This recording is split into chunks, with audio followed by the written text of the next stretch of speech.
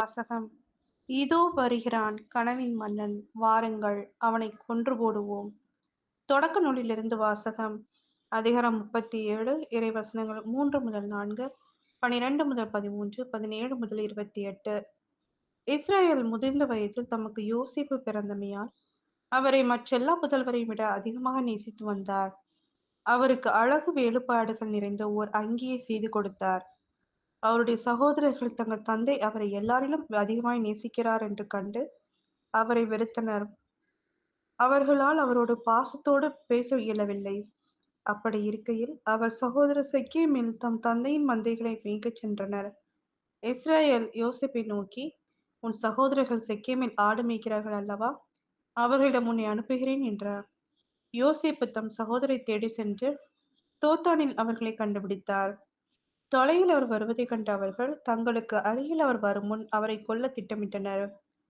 அவர் சகோதரர்கள் ஒருவர் ஒருவரை நோக்கி, இதோ வருகிறான் கனவின் மன்னன், நாம் அவனை கொன்று இந்த ஆழ்குழிகளில் ஒன்றில் தள்ளிவிட்டு ஒரு கொடிய விலங்கு அவனை தின்று விட்டது என்று சொல்லுவோம். அப்பொழுது அவனுடைய கனவுகள் என்ன ஆகும் என்று பார்ப்போம் என்றனர்.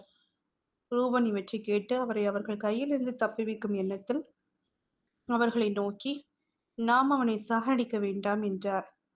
ரூபன் அவர்களை நோக்கி, அவன் இரத்தத்தை சிந்தாதீர்கள், அவனை பாலை நிலத்தில் உள்ள ஒரு ஆழ்குழிக்குள் தள்ளிவிடுங்கள், அவன் மீது கை வைக்காதீர்கள் என்று சொன்னார். ஏனெனில் அவர் அவர்கள் கையிலிருந்து அவரை தப்புவித்து தம் தந்தையிடம் சேர்ப்பிக்கும் நோக்கம் கொண்டிருந்தார். யோசேப்பு தம் சகோதரரிடம் வந்து சேர்ந்தவுடன் அவர் அணிந்திருந்த அழகு வேலைப்பாடுகள் நிறைந்த அங்கியை உரித்துவிட்டு அவரை ஆழ்குழியில் தூக்கி போட்டனர். அது தண்ணீர் இல்லாத வெறும் குழி. பின்பு அவர்கள் உணவு அருந்தும்படி அமர்ந்தனர். அப்பொழுது அவர்கள் கண்களை உயர்த்தி கிளையாதிலிருந்து வந்து கொண்டிருந்த இஸ்மாயிலரின் வணிக குழுவை பார்த்தனர். நறுமண பொருட்களையும் தைல வகைகளையும் வெள்ளை போலத்தையும் அவர்கள் ஒட்டகங்களின் மேல் ஏற்றி எகிப்திற்கு சென்று கொண்டிருந்தனர். அப்பொழுது யூதா தம் சகோதரர்களை நோக்கி, நாம் நம் சகோதரனை கொன்று அவன் இரத்தத்தை மறைப்பதனால் நமக்கு என்ன பயன்? வாருங்கள், இஸ்ரவேலுக்கு அவனை விற்றுவிடுவோம். அவன் மேல் நாம் கை வைக்க வேண்டாம். ஏனெனில் அவன் நம் சகோதரன், நம் சொந்த சதையுமாய் இருக்கிறான் என்று சொல்ல அவர்கள் சம்மதித்தனர். ஆகையால் மிதியான் நாட்டு வணிகர் அவர்களை கடந்து போகையில் குழியிலிருந்து யோசேப்பை வெளியே தூக்கி அந்த இஸ்மாயிலரிடம் 20 வெள்ளிக்காசுக்கு விற்றனர். அவர்களும் யோசேப்பை எகிப்திற்கு கொண்டு சென்றனர்.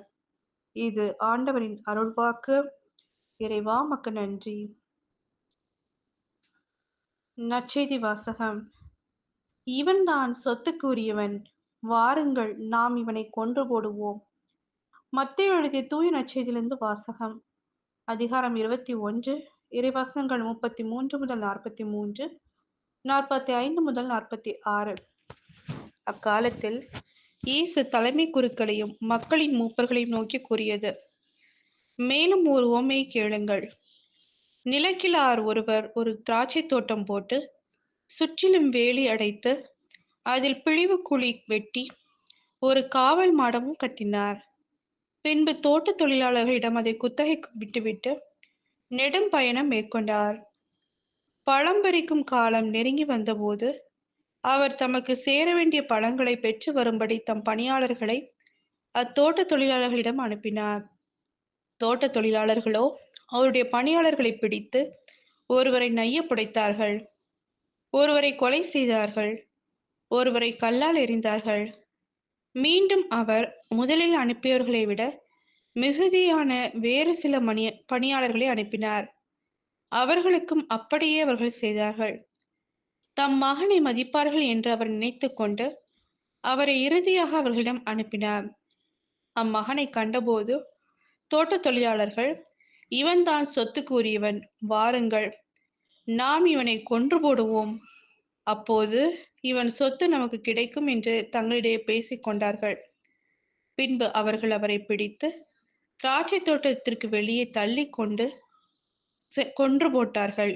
எனவே திராட்சை தோட்ட உரிமையாளர் வரும்போது அத்தொழிலாளர்களை என்ன செய்வார் என இயேசு கேட்டார். அவர்கள் அவரிடம், அத்தீயோரை ஈவிரக்கமின்றி ஒழித்து விடுவார். உரிய காலத்தில் தமக்கு சேர வேண்டிய பங்கை கொடுக்க முன்வரும் வேறு தோட்டத் தொழிலாளர்களுக்கு அத்திராட்சை தோட்டத்தை குத்தகைக்கு விடுவார் என்றார்கள். இயேசு அவர்களிடம், கட்டுவோர் புறக்கணித்த கல்லே கட்டடத்துக்கு மூலைக்கல் ஆயிற்று. ஆண்டவரால் இது நிகழ்ந்துள்ளது, நம் கண்களுக்கு இது வியப்பாயிற்று என்று நீங்கள் மறைநூலில் ஒருபோதும் வாசித்தது இல்லையா? எனவே உங்களிடமிருந்து இறையாட்சி ஆற்றப்படும்.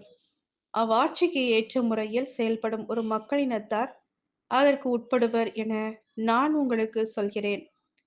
தலைமை குருக்களும் பரிசேயரும் அவருடைய உவமைகளை கேட்டபோது தங்களை குறித்தே அவர் கூறினார் என்று உணர்ந்து கொண்டனர்.